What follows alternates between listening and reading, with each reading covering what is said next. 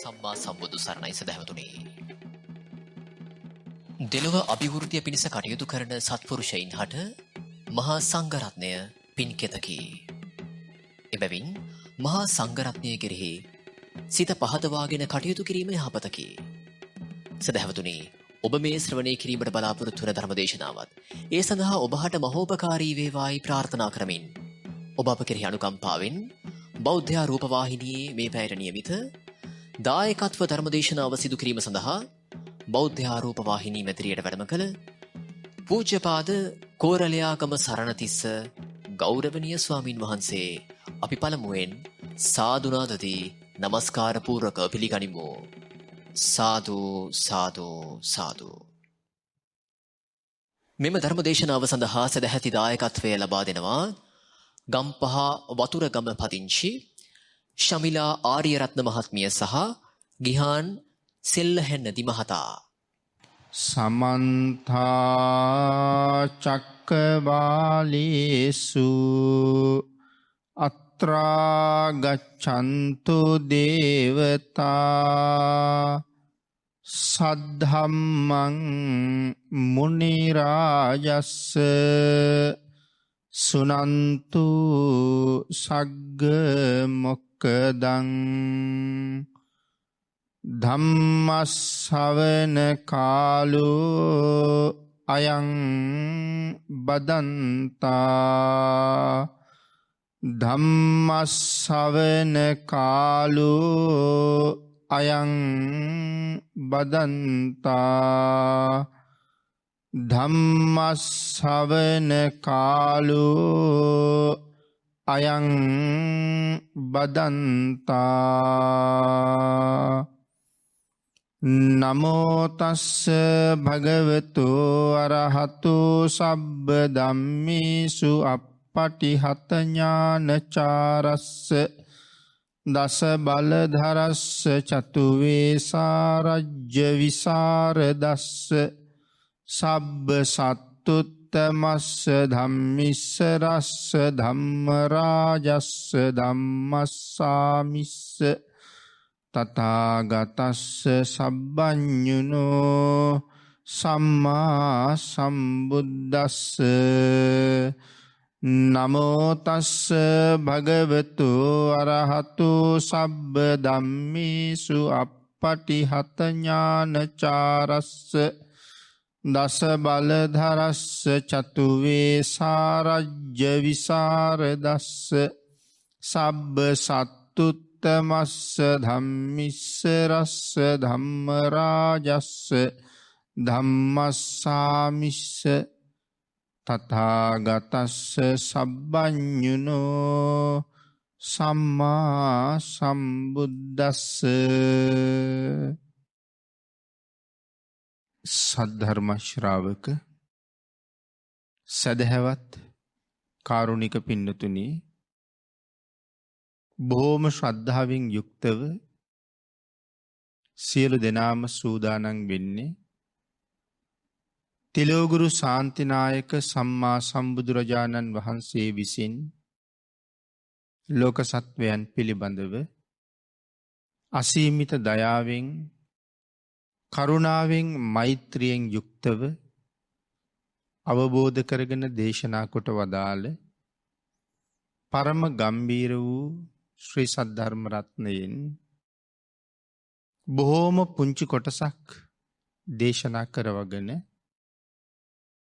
ධර්ම ගෞරවය පෙරදරි කරගෙන දේශනාගත ධර්මයේ ශ්‍රවණය කරන්නත්, එසේ ධර්ම ශ්‍රවණය කිරීමෙන් ලැබෙන අවවාද අනුශාසනා තම තමන්ගේ ජීවිතවලට එකතු කරගෙන වඩාත් නිවැරදි මෙලව ජීවිතයක් ධර්මානුකූලව සකස් කරගන්නත්, ධර්මානුකූලව සකස් කරගත්ත මෙලව ජීවිතයක් තුළින් සුගතිගාමී වූ පරලොව ආයති භවයකින් සැනසෙන්නත්, අවසානයේ ප්‍රාර්ථනා කරන බෝධියෙන් සැප සහිත ප්‍රතිපදාවකින් අමා මහ නිවනින් සැනසීමේ බලාපොරොත්තුවත් ඇතුව ඒ උතුම් බලාපොරොත්තු උතුම් ප්‍රාර්ථනා එලෙසින්ම මුදුන්පත් කර ගැනීම සඳහා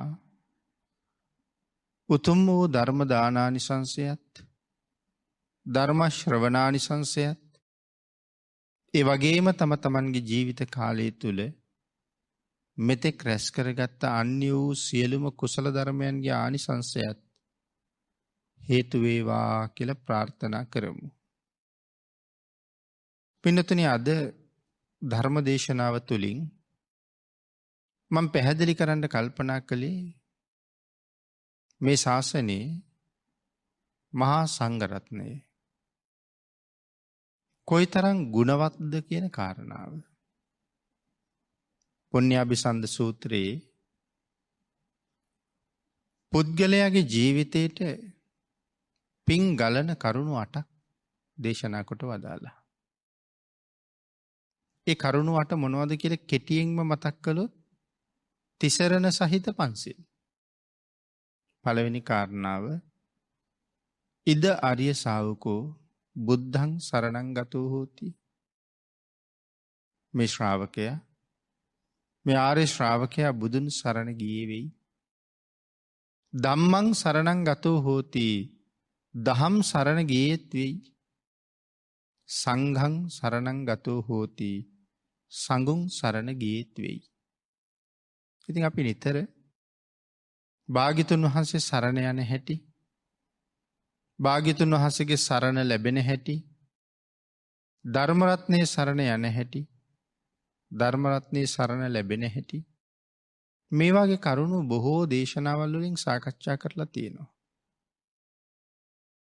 නමුත් මහා සංඝරත්නය කියලා කියන්නේ කොයිතරම් ගුණවත්ද, මොන විදිහට සිල්වත්ද කියන කාරණාව අද සාකච්ඡා කරන්න කල්පනා කළා. සුපටිපන්නතාදී ගුණ, විශේෂයෙන් ගුණ 9ක් භාග්‍යතුන් වහන්සේ දේශනා කොට වදාලා. එතකොට මහා සංඝරත්නය කියලා කියන්නේ භාග්‍යතුන් වහන්සේගේ සරණ ලැබුණ, ඒ වගේම භාග්‍යතුන් වහන්සේ සරණ ගිය, ශාසනයට ආපු දවසේ ඉඳලා මුළු ජීවිත කාලයම බුද්ධ රතනයටත් ධර්ම රතනයටත් අනුව තමන්ගේ ජීවිත කාලයේ පවත්වන්න ප්‍රතිඥා දුන්න මහ වීර්යවන්ත පින් ඇති සත්පුරුෂ පිරිසක්. භාග්‍යතුන් වහන්සේගේ සරණ ලැබුණ. ඒ කියන්නේ භාග්‍යතුන් වහන්සේගේ සරණ ලැබෙනවා කියලා කියන්නේ මේ ලෝකයේ අති දුර්ලභම කාරණාවක්. මොකද භාග්‍යතුන් වහන්සේගේ සරණ ලැබෙන එක එච්චර දුර්ලභයි කියලා කියන්නේ. අපි සාකච්ඡා කරලා තියෙනවා පින්නතේ, කෙනෙක් බෞද්ධයෙක් බවට පත් වෙන්නේ බුදුරජාණන් වහන්සේ සරණ ගියාට පස්සේ. භාග්‍යතුන් වහන්සේගේ සරණ ලැබුණාම තමයි අපි බෞද්ධයෙක් වෙන්නේ. එතකොට භාග්‍යතුන් වහන්සේගේ සරණ ලැබෙනවා කියන කාරණාව හරි ගැඹුරු කාරණාවක්. සරණ යන ක්‍රම 4ක් තියෙනවානේ. ආත්ම සන්නියාතන සරණාගමනේ, තත් පරායන සරණාගමනේ, ශිෂ්‍ය භාවෝපගමන සරණාගමනේ, පනිපාත සරණාගමනේ කියලා. මේවා විස්තර කරලා නම් තියෙනවා මීට කලින්. ආත්ම සන්නියාතනයි කියලා කියන්නේ මගේ ආත්මය කෙලින්ම භාග්‍යතුන් වහන්සේට පූජා කළා කියන එකයි. ඉතින් ඊට පස්සේ මට මේ ආත්මය පවත්වන්න වෙන්නෙම භාග්‍යතුන් වහන්සේ කැමති විදිහට. එද මට අයිති නැහැනේ. මං ආත්මේ භාග්‍යතුන් වහන්සේට පවරලා තියෙනවා. මට පොඩි අයිතියක් තියෙනවා, ඇඳුම් අඳවන්න පුළුවන්, නාවන්න කවන්න පොවන්න පුළුවන්. ඒ වගේ කටයුතු ටිකක් කරන්න මට අයිතියක් තියෙනවා. නමුත් ඒ සියල්ලමත් භාග්‍යතුන් වහන්සේ කැමති හැටියට තමයි කෙරෙන්න වෙන්නේ. ඉතින් සුළුපටු නෑනේ. මේ ලෝකේ කෙනෙකුට කරන්න බැරි දෙයක්. ඊටාම අපහසු දෙයක්. දෙවැනි එක තත් පරායන සරණාගමනය, ඒකත් පළවෙනි එකට සමානයි. ආලෝක යක්ෂයා භාග්‍යතුන් වහන්සේ සරණ ගියේ මේ දෙවෙනි ක්‍රමයෙන්. තුන්වෙනි ක්‍රමේ ශිෂ්‍ය භාවෝපගමන සරණාගමනය. ස්වාමීනි භාග්‍යතුන් වහන්සේ මම අද පටන් භාග්‍යතුන් වහන්සේගේ ශිෂ්‍යයා වෙනවා. ඉතින් එතකොට ගුරුවරයා වැඩියෙන්ම සලකන්නේ ගුරුවරයා පන්තියේදී ශිෂ්‍යයාට වැඩක් පවරනකොට ඒ වැඩවලින් 100ට කීයක් කරපු කෙනාටද? 100%ක්ම කෙරුවොත් තමයි ගුරුවරයාගේ අවධානය හොඳටම හම්බෙන්නේ. එතකොට අපේ බුදුරජාණන් වහන්සේ අපිට මේ ලෝකේ ජීවත් වෙන හැටි කියලා දුන්නාම භාග්‍යතුන් වහන්සේට අනුව අපි 100ට කීයක් පවත්වනවද? ඒ කියන්නේ 100ට කොයිතරම් ප්‍රමාණයකින් භාග්‍යතුන් වහන්සේට අපි කී කරුද කියලා හිතලා බලන්න ඕනේ. මෙතෙක් නම් ආර්යයන් වහන්සේලාට දිගටම අකී කරු වුණා. ඒකනේ මේ සංසාරේ මෙච්චර දුර එන්නේ. ඉතින් මේ වෙලාවෙත් අකී කරු වෙනවා නම් ඒක අප විසින් අපිටම කරගන්න විශාල පාඩුවක්. මොකද අපි ඉන්නේ බොහොම දුෂ්කර තැනක. දුෂ්කරයි කියලා කිව්වේ එක පැත්තකින් බලම හරි විශේෂ තැනක. මොකද අපේ භාග්‍යතුන් වහන්සේගෙන් පස්සේ ඉස්සරහට පහළ වෙන්න ඉන්නේ තව එක බුදුරජාණන් වහන්සේ ළමයි. ඒ මෛත්‍රී භාග්‍යතුන් වහන්සේ. මෛත්‍රී භාග්‍යතුන් වහන්සේගෙන් පස්සේ මහා කල්ප අසංකේයයක් බුද්ධ ශූන්‍යයි කියලා කියන්නේ. මහා කල්ප අසංකේයයක් බුද්ධ ශූන්‍යයි කියලා තියෙන්නේ. ඉතින් මේ ජීවිතේ වැරදිලා අවීචයකවත් වැටුනොත් මෛත්‍රී භාග්‍යතුන් වහන්සේගේ ශාසනය හුළඟවත් හම්බ වෙන්නේ නැහැ. ඉතින් මේ කාලේ මිනිස්සුන්ගේ පරමාවශ්‍ය තියෙන අවුරුදු 100ත් 120ත් අතරනේ. ඉතින් අවීචයේ ආයුෂ අන්තර්කල්ප එකක්. ඉතින් මේ කාලේ අවීචයට ගියොත් ඊළඟ අන්තර්කල්පේ මිනිස්සුන්ගේ ආයුෂ 100ත් 120ත් අතර වාගේ මේ කාලේ තමයි උපදින්න ලැබෙන්නේ. ඒත් මනුස්ස ලෝකයට ආවොත් තිරිසන් වේද දන්නෙත් නැහැ. කෙසේ වෙතත් ඒ වෙනකොට මෛත්‍රී භාග්‍යතුන් වහන්සේගේ ශාසනය ඉවර වෙන්න කලින්. මොකද මෛත්‍රී භාග්‍යතුන් වහන්සේ පහළ වෙන්නේ මිනිස්සුන්ට පරමාවිෂ අවුරුදු ලක්ෂයක් තියෙන කාලේ. ඒතර අවීචයෙන් ගොඩ එන්නේ අපි අවුරුදු 100 කාලේ. එහෙනම් ශිෂ්‍ය භාවෝපගමණයෙන් සරණ යනවා කියලා කියහම ඊටාම කීකරු වෙන්න ඕනේ. මොනවද භාග්‍යතුන් වහන්සේ කියලා තියෙන්නේ? ඊට අනුවම ජීවත් වෙනවා කියන එකයි. මොකද හොඳම උදාහරණය අඟුලිමාලයන් වහන්සේගේ ගිහි කාලේ චරිතය.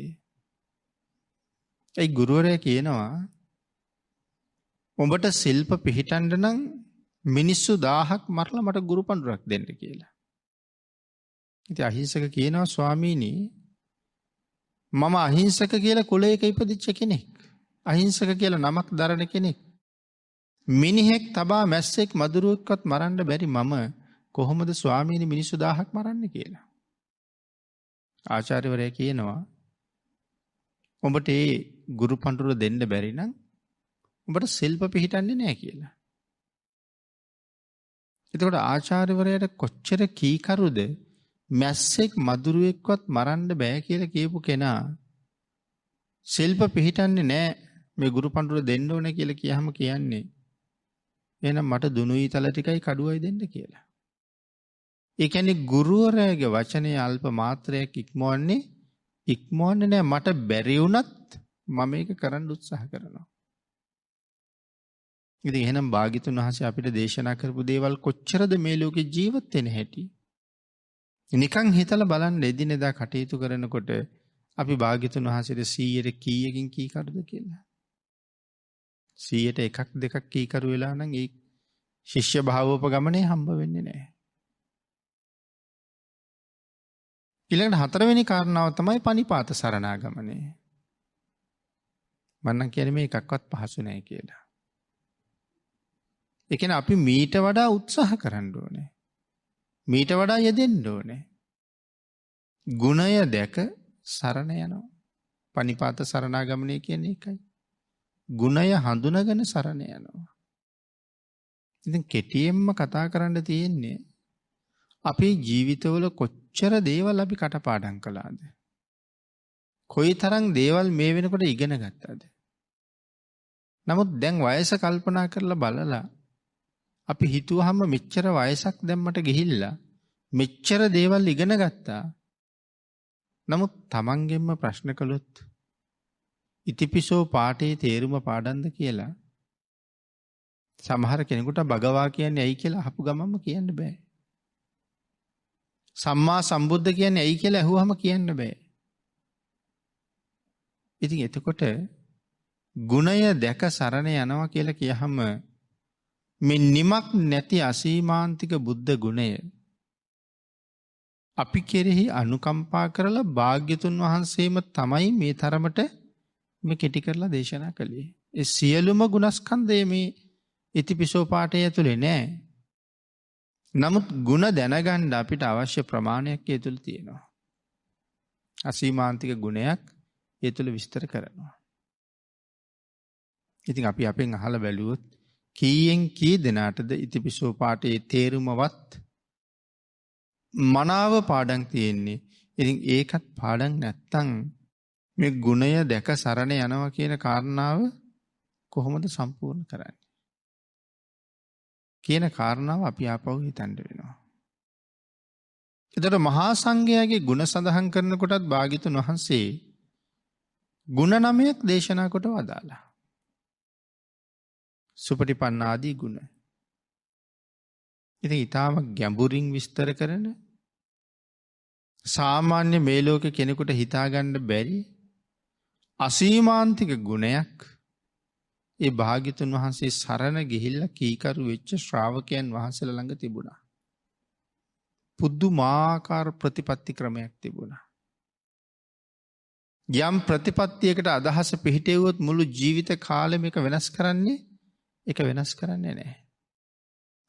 ඒ වාගේ කරුණු කීපයක් තමයි අද දේශනාවෙන් මම සාකච්ඡා කරන්න කල්පනා කළේ. ශ්‍රද්ධාව උපදව ගනිමින් මේ මහා සංඝයා සරණ යා යුතුයි. එවන් වූ මහා සංඝරත්නයේ සරණ ගිය කෙනෙකුට රෑ දවල් දෙකේම තමන්ගේ ජීවිතේට ගංගාවක් පිරීලා ගලනවා වගේ පිං ගලනවා කියන එක භාග්‍යතුන් වහන්සේගේ දේශනාවයි. එතකොට මේ ශාසනයේ සංඝයාගේ කෙරවල කියලා හැඳින්වුවේ සරියුත් මහරහතන් වහන්සේට. සංඝයාගේ කෙරවල. ඒ කියන්නේ අන්තිම භික්ෂුවද? අන්තිම භික්ෂුව කියන එක නෙමෙයි. මේ ශාසනයේ සාරිපුත්තයන් වහන්සේ ඉක්මවල යන්න තරම් කිසිම භික්ෂුවක් සමත් නැහැ.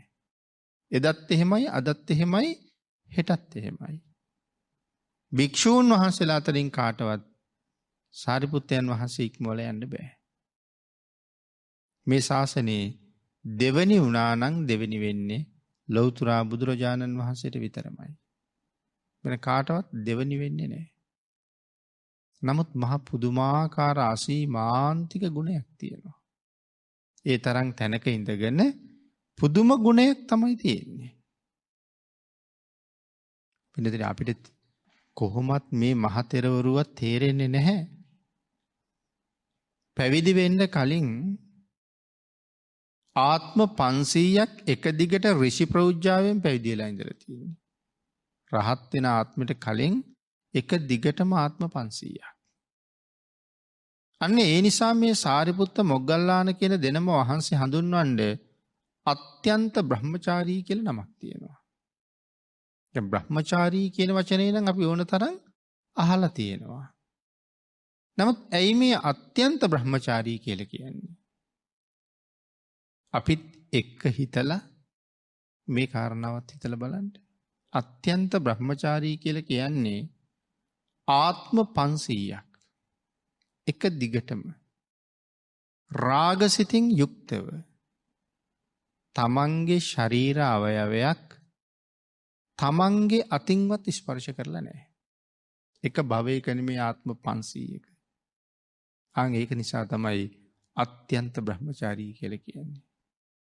මං හිතන්නේ එවන් උතුමන්ට අපි වන්දනා කළ යුත්තේ අද වඳින විදිහට නෙමෙයි කියලා. දන ගාලා බඩ ගාලා ගිහිල්ලා වැන්දත් පාඩු නම් නැහැ කියන එක තමයි කියන්න තියෙන්නේ. එහෙම කරන්න පුළුවන් කාටද කියලා හිතන්න. ආත්ම 500ක් රාගසිතින් යුක්තව තමන්ගේ අතින්වත් ස්පර්ශ කරන්නේ ශරීර අවයවයක්. හිතලා බලන්න ඒ අත්හැරීම කොහොමද කියලා.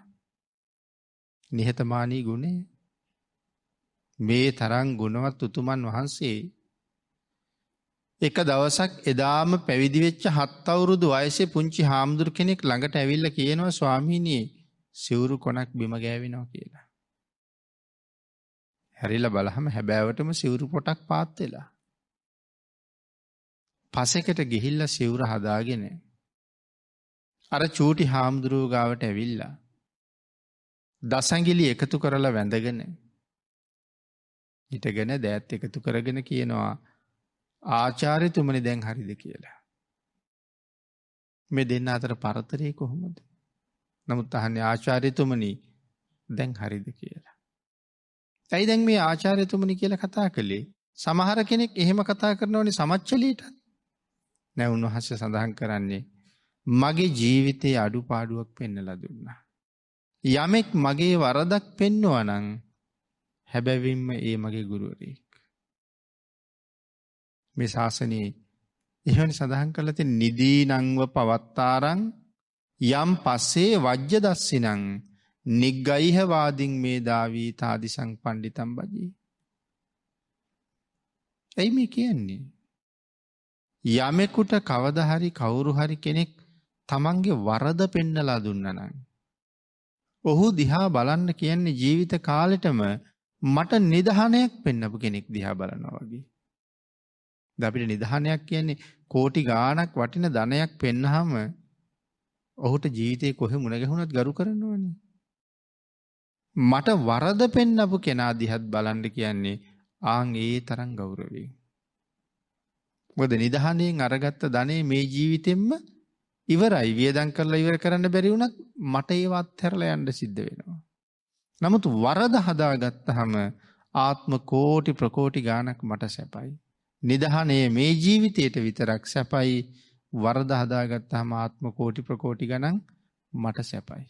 එහෙනම් වරද පෙන්නන කෙනා නිදහණයක් පෙන්නන කෙනෙක් දිහා බලනවා වගේ ඔහු දිහා බලන්න කියලා තමයි සඳහන් කරලා තියෙන්නේ. ඉතින් ඒ ගුණය ඒ විදිහටම මේ මහ තෙරුන් වහන්සේලා ළඟ තිබ්බා. පිළිතුරේ තව දවසක් මේ මිනිස්සු හරියට කතා වෙනවා සරියුත් මහ රහතන් වහන්සේට තරහ යන්නේ නැහැ කියලා. රහතන් වහන්සේට තරහ යන්නේ නැහැ. බමුණෙක් කල්පනා කළා තරහ යන්නේ නැති මිනිස්සු ඉන්නවද මේ ලෝකේ? ඔය කියන හාමුදුරන්ටත් තරහ යනවාමයි මම ඒක ඔප්පු කරන්නම් කියලා පිණ්ඩපාතේ වඩිනකොට දවසක් පිටිපස්සෙන් එලවගෙන ගිහලා හයියෙන් පාරක් ගැහුවා. හැරිලවත් බැලුවේ නැහැ. උන්වහන්සේට නම් හැරිලා බලන්න තරම් කෙලෙසුත් නැහැ. නමුත් ගැහුවේ කවුද කියලා බැලුවෙත් නැහැ. නමුත් අපිට කවුරු හරි ඇවිල්ලා කියහම කෙනෙක් ඔබ ගැන මෙහෙම කියනවා. අපි කියමු කවුරු හරි අපිට බයිනවා මට කියන කෙනා මට කියන්නේ නැහැ කවුද බැන්නේ කියලා. නමුත් මෙන්න මෙහෙම බැන්න කියලා කියනවා. මට ස්පාසුවක් නැහැ බැනපු කෙනා අහගන්නකම්. හැබැයි නොදැනගන්න තරමට තමයි වටින්නේ. මොකද බැනපු කෙනා දැනගත්තාම ඔහු දකින තැන මට ඔහු පිළිබඳව තරහ හිතක් තමයි එන්නේ. ඉතින් එතකොට මට පාඩුයිනේ. හැම වෙලාවෙම උපදින්නේ ද්වේෂයනේ. ඉතින් නොදැනගන්න තරමටම හොඳයි. නමුත් ඔහු කියලා තියෙන්නේ මගේ වරදක් ගැන නම් වරද හදාගන්න පෙළඹෙන එක තමයි වටින්නේ. බැන්නේ කවුද කියන කෙනා වටින්නේ නැහැ. ඒ වගේ සාරිපුත්තයන් වහන්සේට පිටට ගහලා කේන්තියක් දැක්කේ නැහැ. බමුණට හරියට දුක හිතුණා. මොකද ඒ තරම් පාරක් ගැහුවේ. අනික ඉතින් මේ පාර කොහෙ දැනෙන්නද? ඒක සැරයක් අර පරවියන් වාසය කරන පර්වතයක වාසය කරන කාලේ හඳ එළියට වෙලා සාරිපුත්තයන් වහන්සේ වැඩ ඉන්නවා. හිස එහෙම හොඳට බාලා. හඳ එළියට දිලිසෙනවා හිස. මේ වෙලාවේ අහසින් යනවා යක්ෂයෙක්. යක්ෂයෝ දෙන්නේ කියන්නේ. ඉතින් ඒක යක්ෂයෙකුට හිතෙනවා පෙර තරහකාරයද දන්නේ සාරිපුත්තයන් වහන්සේගේ හිසට ටොක්කක් අයින්නම හිතෙනවා. අනික් යක්ෂයාට කියනවා මිත්‍රයා මට නම් අර ශ්‍රමණයාට ටොක්කක් කැනලා එන්නමයි හිතෙන්නේ කියලා. අනික් යක්ෂයා කියනවා යාළුවෝ උඹ දන්නවද ඔය කවුද කියලා? උඹ ටොක්ක ඇන්නොත් උඹ නැහුණා කියලා හිතාගනින් කියලා. එච්චර කියලා දුන්නත් තමන්ගේ තණ්හාව වැඩි ටොක්ක අනින්නමයි හිතෙන්නේ. කියන දේ අහන්න නැතුව ඇවිල්ලා හයියෙන් පාරක් හිසට ගැහුවා. හැබැයි ඒක මුගලන් මහරහතන් වහන්සේ බලාගෙන. මුගලන් මහරහතන් වහන්සේ පස්සේ ඇවිල්ලා අහනවා ස්වාමීනි ආශ්චර්යයි ස්වාමීනි අද්භූතයි. ඔබ වහන්සේට කිසි වේදනාවක් නැද්ද? සඳහන් කළා මොග්ගල්ලාන මට එහෙම අමාරුවක් මුකුත් නැහැ. පොඩ්ඩක් හිස රිදුණා කියලා. එතකොට තමයි කියන්නේ ආශ්චර්යයි අද්භූතයි ස්වාමීනි. යක්ෂයෙක් ඔබ වහන්සේට ටොක්කක් යන හිසට ප්‍රහාරයක් එල්ල කළා. යක්ක ප්‍රහාර කියන සූත්‍රයේ මේ කාරණාව තියෙන්නේ. ඔබ වහන්සේට ප්‍රහාරයක් එල්ල කළා. ඒ ප්‍රහාරය රියන් 7ක් 8ක් උස ඇතෙකුට එල්ල කළා නම් සඳහන් කරන්නේ මහ පොළොව කඩාගෙන ඇතා පොළොව යටට ගිලෙනවා කියලා. ඒ තරම් පහර සැරයි. ඒකයි කියන්නේ ස්වාමීන් වහන්සේ යන්තම් චුට්ටක් රිදෙනවා කියලා කියනවා. නමුත් සාරිපුත්තයන් වහන්සේත් නැවත කියනවා ආශ්චර්යයි මොග්ගල්ලාන. ඔබ මහා යකෙක් දැකලා මම ප්‍රේතෙක්වත් දැක්කේ නැහැ කියලා. ඉතින් ඒ තරම් පහරක් මෙහෙම ඉවසන්න පුළුවන් වුණා නම් මොනතරම් කාය ශක්තියක් තියෙන්නේ නැද්ද? ඉතින් එතකොට මේ බමුණගේ පහරක් නෙමෙයිනේ. නමුත් වැඳලා සමාවිල්ලාම සමාව දෙනවා. මොකටද සමාවිල්ලන්නේ කියලා ඇහුවාම කියනවා ගැහුවේ මමයි කියලා. ස්වාමීනි සමාව දීලා විතරක් මදි. අද මගේ ගෙදරින් දන් වළඳන්න ඕනේ කියනවා. දානෙටත් වඩිනවා. එනකොට මිනිස්සු පෙළ ගැහිලා බලාගෙන ඉන්නවා. මොකටද මිනිස්සු ඇවිල්ලා තියෙන්නේ? අර බ්‍රාහ්මණයට ගහන්න. මොකද කියලා ඇහුවාම සාරිපුත්තයන් වහන්සේට ගහපු නිසා. සරියුත් මහරහතන් වහන්සේ බොහොම අනුකම්පාවෙන් කතා කරලා ඒ සියලු දෙනාම පිටත් කරලා අරිනවා. ඔහු ගැහුවේ මටයි ඔබලට නෙමෙයි. නමුත් ඒක මට ප්‍රශ්නයක් නෙමෙයි නං. ඒක නිසා ඔබලා ප්‍රශ්න හදාගන්න එපා කියලා. ඉතින් මේ වගේ මහ පුදුම නිහතමානිකම්. තමන්ගේ හැකියාව කවදාවත් ප්‍රදර්ශනය කළේ නෑ. අපි හැමෝම දන්නේ මේ ශාසනයේ මහා ප්‍රඥාවන්තය කියලා විතරයි. නමුත් අපි දන්නේ උන්වහන්සේගේ වෙනත් හැකියාවක්. පිරිනිවන් පාන්න ලෑස්ති වෙලා බුදුරජාණන් වහන්සේ ගාවට ගිහිල්ලා කියනවා ස්වාමීනි සෑම ශාසනයකම අග්‍ර ශ්‍රාවකයන් වහන්සේ භාග්‍යතුන් වහන්සේට කලින් පිරිනිවන් පෑවා. මමත් ආයු සංස්කාර අත්හැරියා. මටත් පිරිනිවන් පාන්න අවසර දෙන්න කියලා. සාරිපුත්ත කොහෙද පිරිනිවන් පාන්නේ? ස්වාමීනි උපන් ගෙදර. ඇයි උපන් ගෙදර පිරිනිවන් පාන්නේ? අම්මා තාමත් මිත්‍යා දෘෂ්ටිකයි. දරුවෝ 7 දිනක ගැම්ම කෙනෙක්. දරුවෝ 7 දෙනාම රහතන් වහන්සේලා. නමුත් අම්මා තාම මිත්‍යා දෘෂ්ටිකයි. ආයු සංස්කාර අත්හරිනකොට කල්පනා කළා මගේ අම්මා මිසදිටු බවින් මුදවන්න සමත් කවුද? ඒකත් මමම තමයි කරන්න වෙන්නේ. ඒක නිසා තමයි පිරිනිවන් පාන්න අම්මගේ ගෙදර යන්න තීරණය කළේ. හැබැයි භාග්‍යතුන් වහන්සේ සඳහන් කළා සාරිපුත්ත පිරිනිවන් පාන්න කලින් ධර්ම දේශනාවක් කරලම පිරිනිවන් පාන්න කියලා. දන්නවා ඉතින් භාග්‍යතුන් වහන්සේට මගෙන් බණ අහන්න ඕනේ නැහැ කොහොමද? නමුත් ඇයි මට මේ ආරාධනාව කළේ? මෙතෙක්කල් මේ ශාසනයේ මගේ සහෝදර සංඝයාට පවා මාව ප්‍රසිද්ධ ප්‍රඥාවන්තයින්ගෙන් අග්‍රයි කියලා. නමුත් ඒ කවුරුවත් දන්නේ සාරිපුත්තයන් වහන්සේගේ 이르දිමය ශක්තිය කොච්චරද කියලා. මට මේ කියන්නේ අද ඒක ප්‍රදර්ශනය කරලා පිරිනවම් පාන්න කියලා. ඉතින් 7 වතාවක් බුදුරජාණන් වහන්සේට වැඳලා අහසට පැන නැගලා ප්‍රාතිහාර්ය දැක්වුවහම සක්වල ගැබ කැළඹෙන්න තරම් මුළු සවැත් නුවරම රැස් වෙනවා. ප්‍රාතිහාර්ය දක්වලා ධර්ම දේශනාව නිමා කරාම බුදුරජාණන් වහන්සේත් අහනවා සාරිපුත්ත ඔය ප්‍රාතිහාරයට මොකක්ද කියන්නේ කියලා. සාරිපුත්තයන් වහන්සේගේ වචනයෙන්ම කියනවා ස්වාමීනි මේකට කියන්නේ සිංහයාගේ ක්‍රීඩාව කියලා.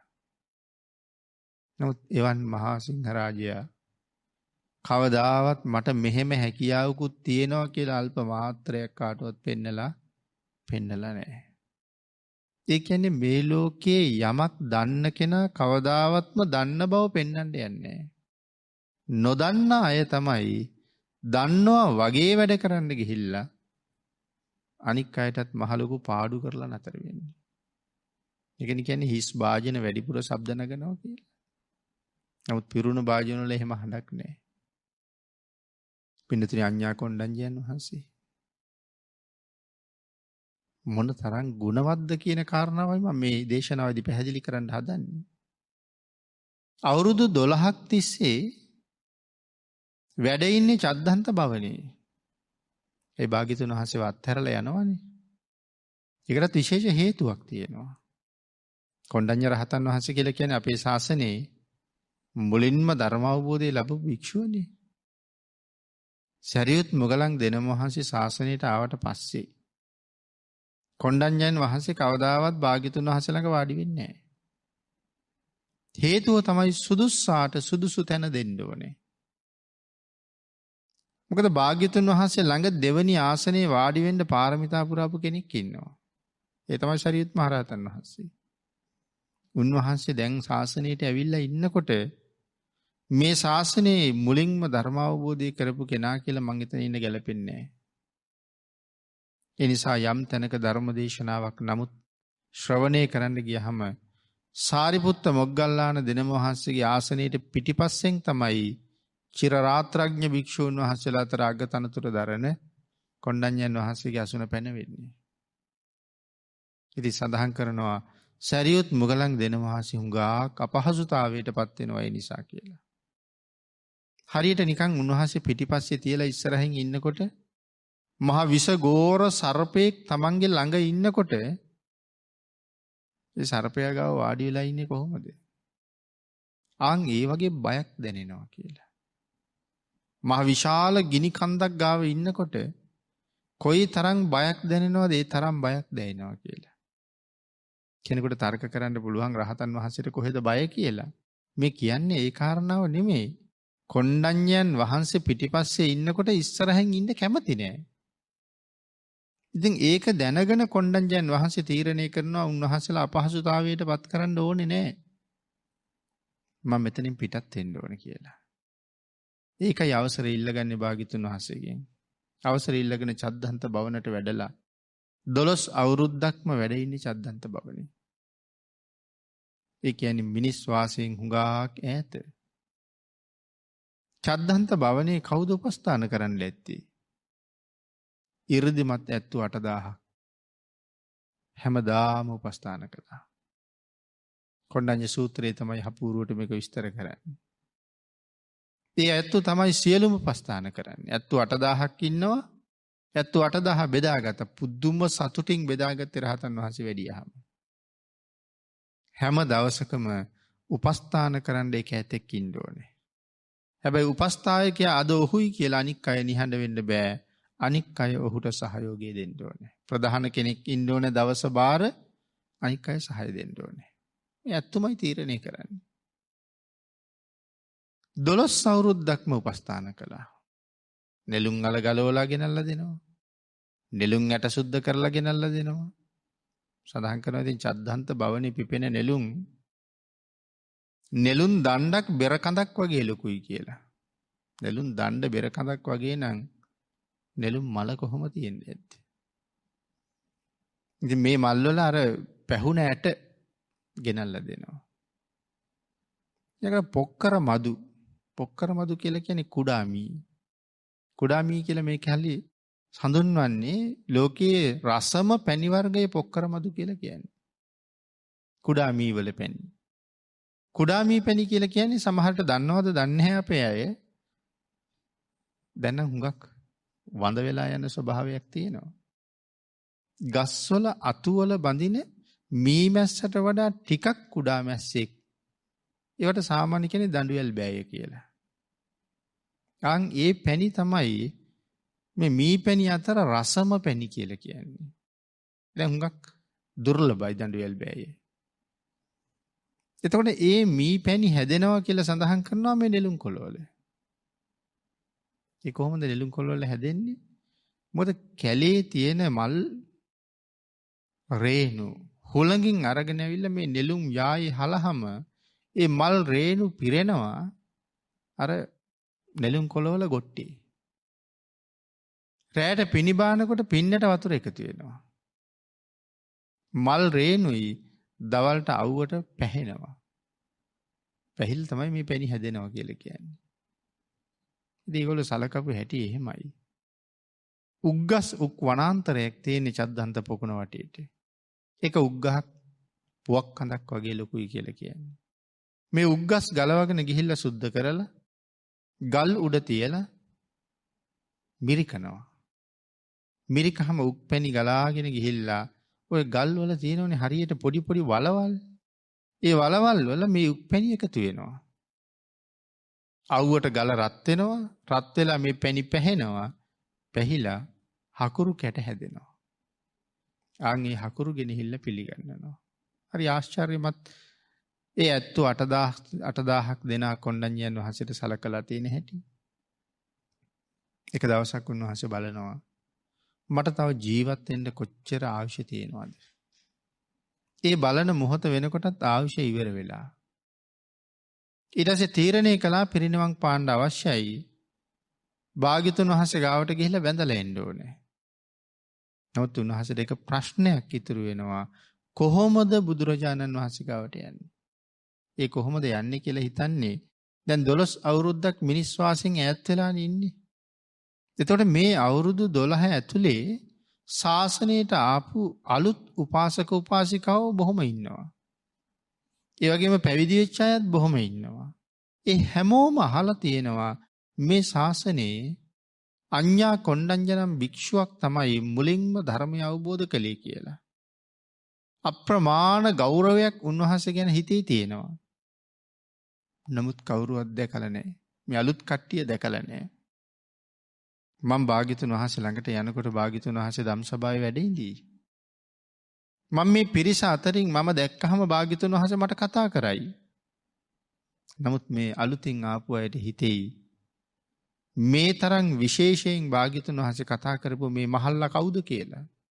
ඒ සඳහන් කරනවා දැන් කෙස් පැහිලා ජරා ජීර්ණ ස්වභාවයටපත් වෙලා කොන්දක් ටිකක් ඉස්සරහට නැමිලා මම භාග්‍යතුන් වහන්සේ ගාවට යනකොට මේ මහල්ලා කවුද කියලා කාට හරි හිතුනොත් හිතපු කෙනා වෙනුවෙන් අවීචිය දොර ඇරෙනවා කියලා කියන්නේ.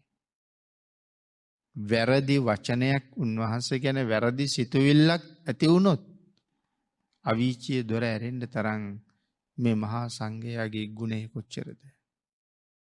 සීල තේජස කොයි තරම්ද? නමුත් කල්පනා කළා හැබැයි මම කවුද කියලා දැනගත්තොත් මේ හැමෝගෙම දෝත නතර වෙන්නේ නලල උඩ.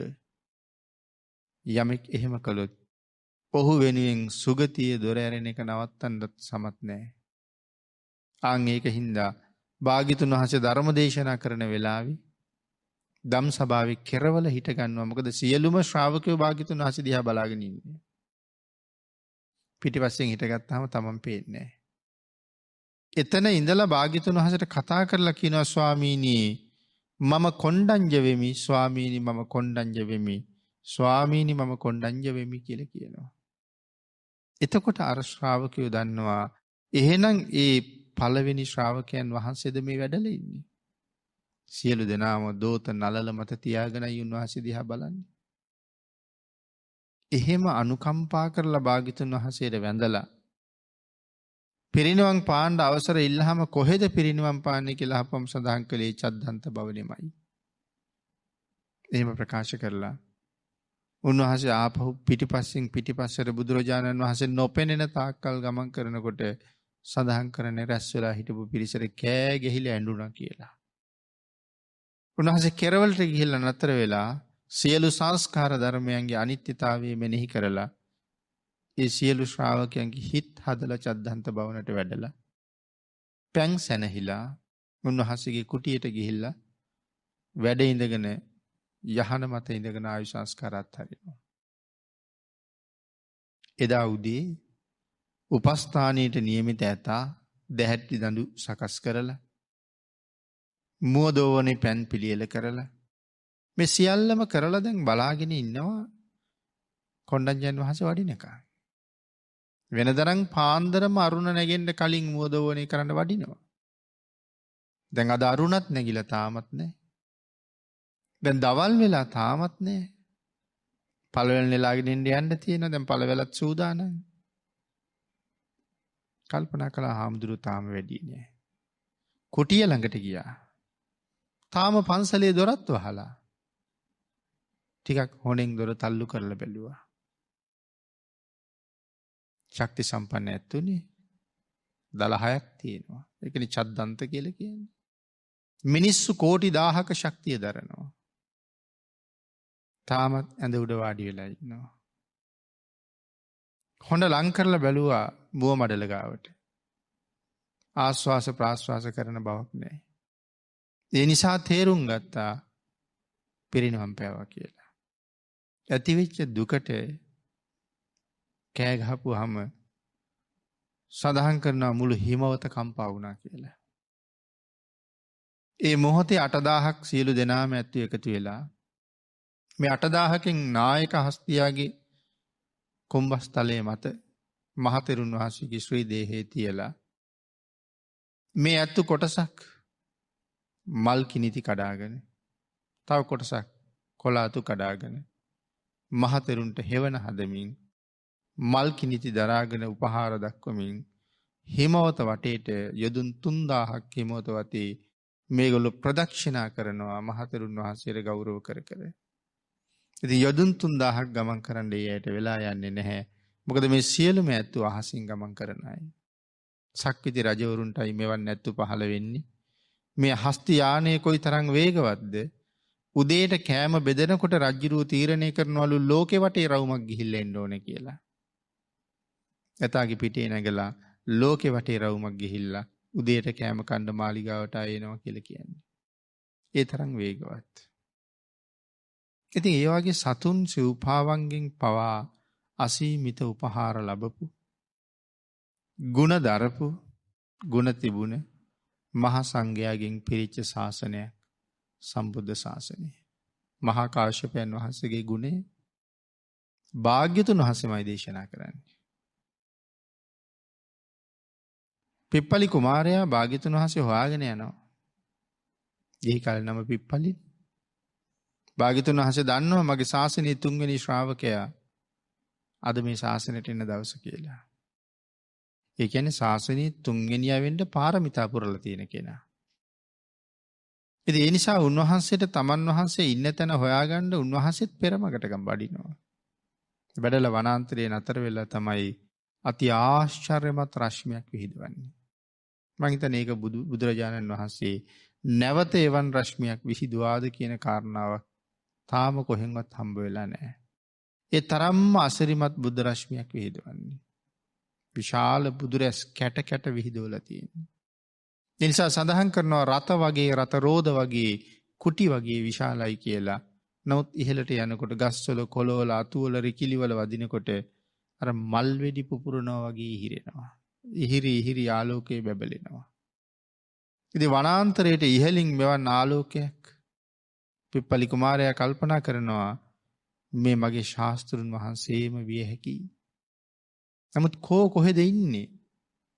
බලහම කැලෑවේ ගහක් නුග ගහක් මුල හරියට නිකන් හුළඟට බැබලෙන ගිනි අඟුරක් වගේ.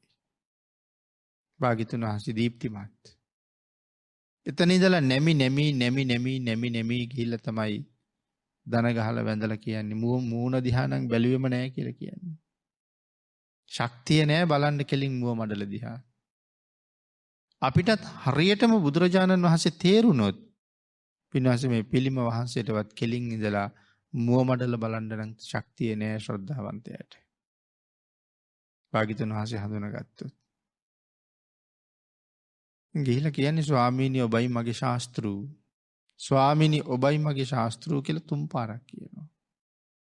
කාශ්‍යපේ මම තමයි ඔබේ ශාස්තෘ කියලා භාග්‍යතුන් වහන්සේ සඳහන් කරලා ප්‍රකාශයක් කරනවා. කාශ්‍යපේ මම තමයි ඔබේ ශාස්තෘ කියලා කියන්න වෙන ශාස්තෘවරයෙක් මේ ලෝකේ නැහැ. එහෙම කවුරු හරි කෙනෙක් මමයි ඔබේ ශාස්තෘ කියලා ශාස්තෘ නොවීම කීවොත් ඔහුගේ හිස එතනම ගැලවිලා බිම වැටිලා ඔබ ළඟට රෝල් වෙනවා කියලා කියන්නේ. මොකද කාශ්‍යප කුමාරයාට මමයි ශාස්තෘ ඔබේ කියලා කියන්න සමතෙක් වෙන නැහැ කියලා. ඒකට හේතු භාග්‍යතුන් වහන්සේ දේශනා කරනවා. කාශ්‍යප කුමාරයා මේ මහ පොළොවට කතා කරලා කිව්වොත් මහ පෘථුවිය ඔබ මගේ ශාස්තෘ කියලා. ඒ ප්‍රකාශය දරන්න බැරුව මේ මහ පොළොව වෙවුලනවා කියලා කියන්නේ. භූමි කම්පාය තියෙනවා කියලා කියන්නේ පොළොවේ. මේ ගිහි කාලේ ගුණය ගැන කතා කරන්නේ පැවිදි වෙච්චහම ගුණය ගැන නෙමෙයි. මහා සාගරයේ ළඟට ගිහිල්ලා කිව්වොත් මහා සාගරයේ ඔබ මගේ ශාස්තෘ කියලා මහා සාගරයට අනුමත කරන්න පුළුවන් නම් අබ පියල්ලකට ගණ්ඩ වතුර ටිකක් නැතුව වේලෙනවා කියලා කියන්නේ ඇහි පිල්ලම් ගහන මොහොතට වියලිලා යනවා. මහමේරු පර්වතය ළඟට ගිහිල්ලා කිව්වොත් යොදුන් 84000ක් උස මේ මහමේරුව. කියන්නේ ජලයෙන් උඩ යොදුන් 84000යි තියෙන්නේ. ජලයෙන් යටත් යොදුන් 84000ක් තියෙනවා. මහමේරුවේ මුළු උස යොදුන් 1,68,000ක්. අගේ නිසා මේ මහමේරුවට කිව්වොත් ඔබ මගේ ශාස්තෘ කියලා. මහමේරු පර්වතයේ ඉහිරෙන්ඩ පටන් ගන්නවා කියන මේ අතට අරගෙන මිට මොලවාගත්ත 10 මිටක් අත්හැරියහම යම්සේ නැවත ඉහිරෙනවද මහමෙර ඒ විදිහට ඉහිරෙනවා කියලා. අන්තිමට දේශනා කරනවා කාශ්‍යපේ. මේ ගිහි කාලේ ඔබේ ගුණේ. නමුත් කාශ්‍යප මම ඔබේ ශාස්තෘ කියලා කියන්න මොනතරම් සුදුසුද? කාශ්‍යප ඔබ විතරක් නෙමෙයි. ඔබ වාගේ ගුණදරන අය 100ක් 1000ක් ලක්ෂයක් ඊටත් වඩා වැඩි ප්‍රමාණයක් වුණත් ඔබ වගේම ගුණදරන අය ඇවිල්ලා මට කිව්වොත් ස්වාමීනි ඔබ අපේ ශාස්තෘ කියලා. කාශ්‍යපේ මම දෙපාරක් හිතන්නේ මම කියනවා මම ඔබලාගේ ශාස්තෘ කියලා. කාශ්‍යපේ ලක්ෂ ගණන් ඔබලාගේ ගුණයට මේ සම්මා සම්බුද්ධ ශරීරයේ එක ලෝම කූපයක් හොලවන්න බෑ කියලා කියන්නේ. පාංශුකුල චීවරයේ කොන අල්ලලා පෙන්නලා කියනවා කෝටි ගණන් ඔබලාගේ ගුණයට මේ පාංශුකුල චීවරයේ කෙරවලවත් හොලවන්න බෑ කියලා. එක්කෙනාගේ ගුණයට මහ පොළොවත් කැළඹෙනවා, මහ සාගරයත් වේලෙනවා, මහමේරුවත් ඉහිරෙනවා. එවන් අය කෝටි ගානික ගුණයට පාංශුකුල චීවරයේ කොනවත් හොලවන්න බෑ කියලා කියනවා. එතකොට මේ මහා සංඝ රත්නයේ ප්‍රධානිය වෙච්ච සියලු මහා සංඝයාගේ ශාස්තෘ වෙච්ච භාග්‍යතුන් වහන්සේගේ ගුණ කදම්බේ කොයිතරම්ද? එවන් භාග්‍යතුන් වහන්සේගෙන් අවවාද අනුශාසනා ලැබලා ඒකයි මම සඳහන් කළේ භාග්‍යතුන් වහන්සේ දේශනා කරපු ආකාරයටම ජීවත් වෙන්න මුළු ජීවිත කාලයම ජීවත් වෙන්න ප්‍රතිඥා දීපු පිරිසකට තමයි මහා සංඝයා කියලා මේ ශාසනය කියන්නේ. මහා කච්චායන මහරහතන් වහන්සේ දැකලා සෝරෙය්‍ය කියලා තරුණ බ්‍රාහ්මණයෙකුට රාගසිතක් ඇති වුණා.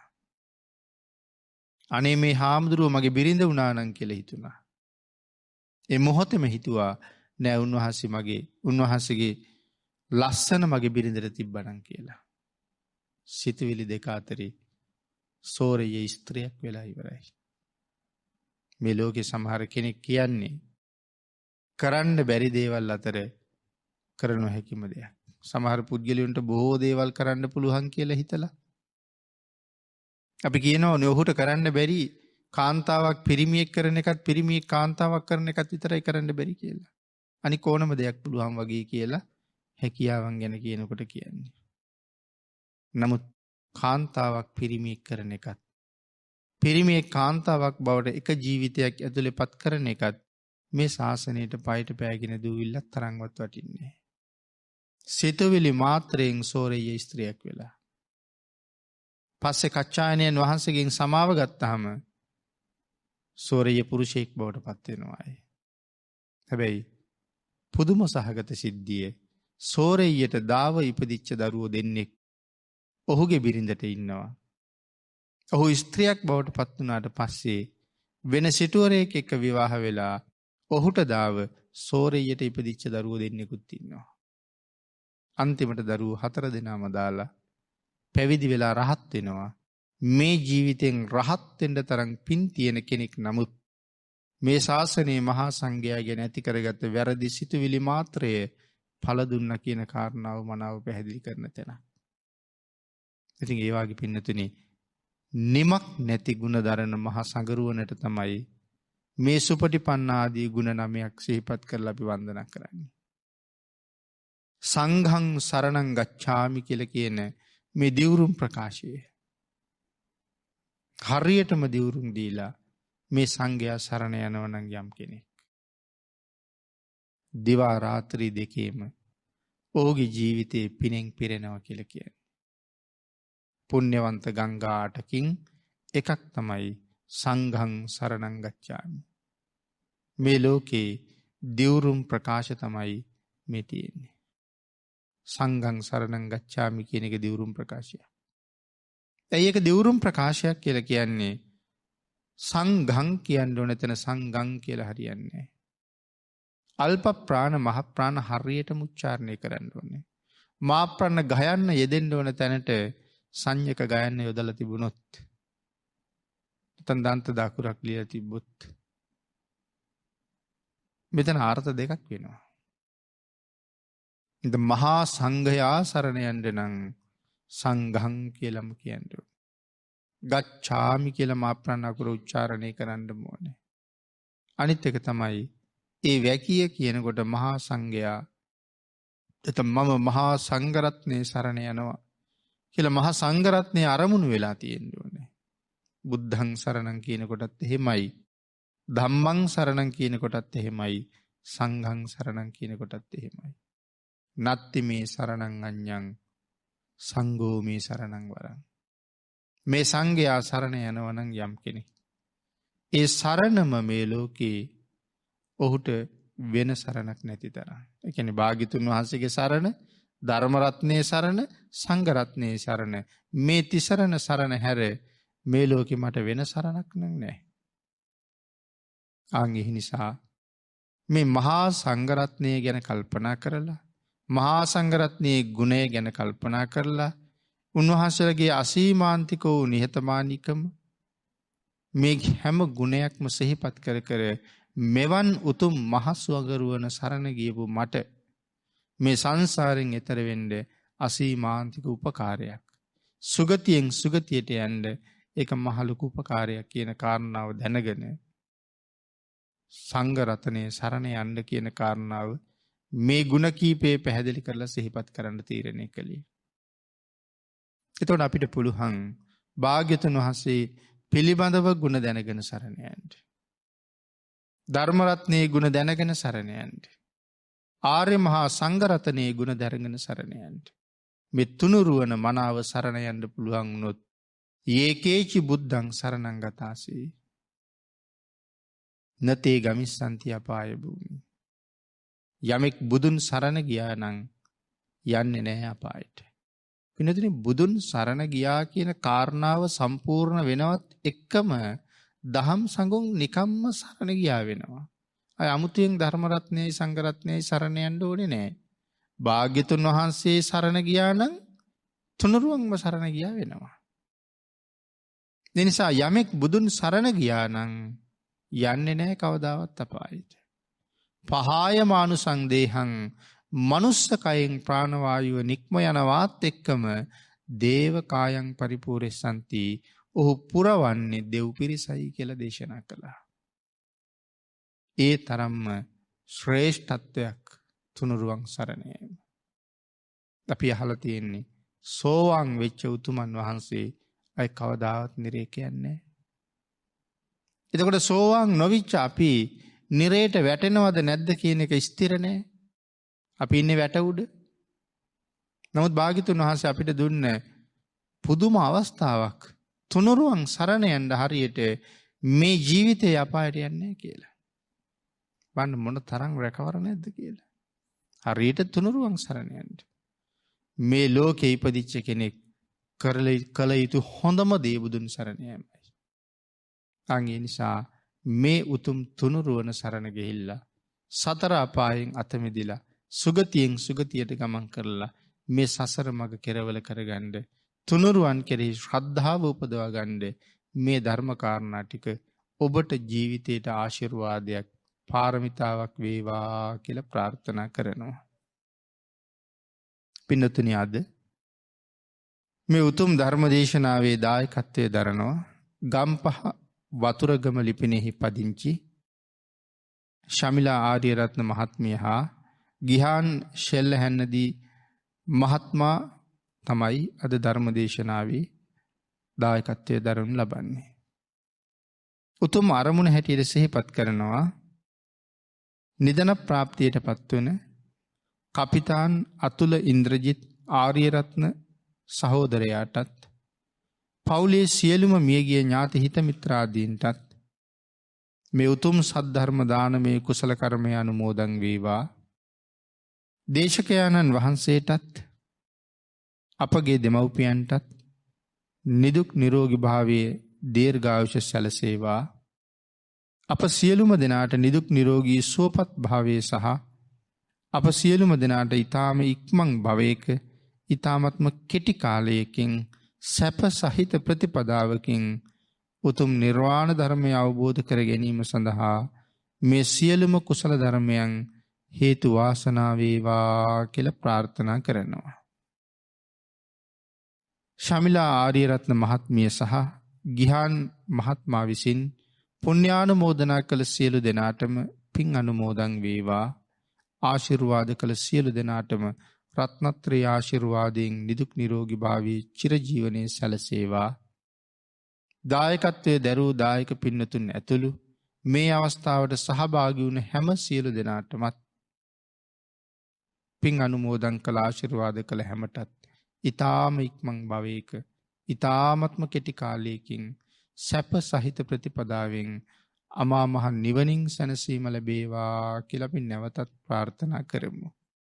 ආකාසට්ඨා ච බුම්මට්ඨා දේවා නාග මහිද්దికා පුඤ්ඤන්තං අනුමෝදිත්වා චිරං රක්ඛන්තු ලෝක සාසනං දේවෝ වස්සතු කාලේන සස්ය සම්පatti හේතුච පීතෝ භවතු ලෝකෝ ච රාජා භවතු ධම්මිකෝ.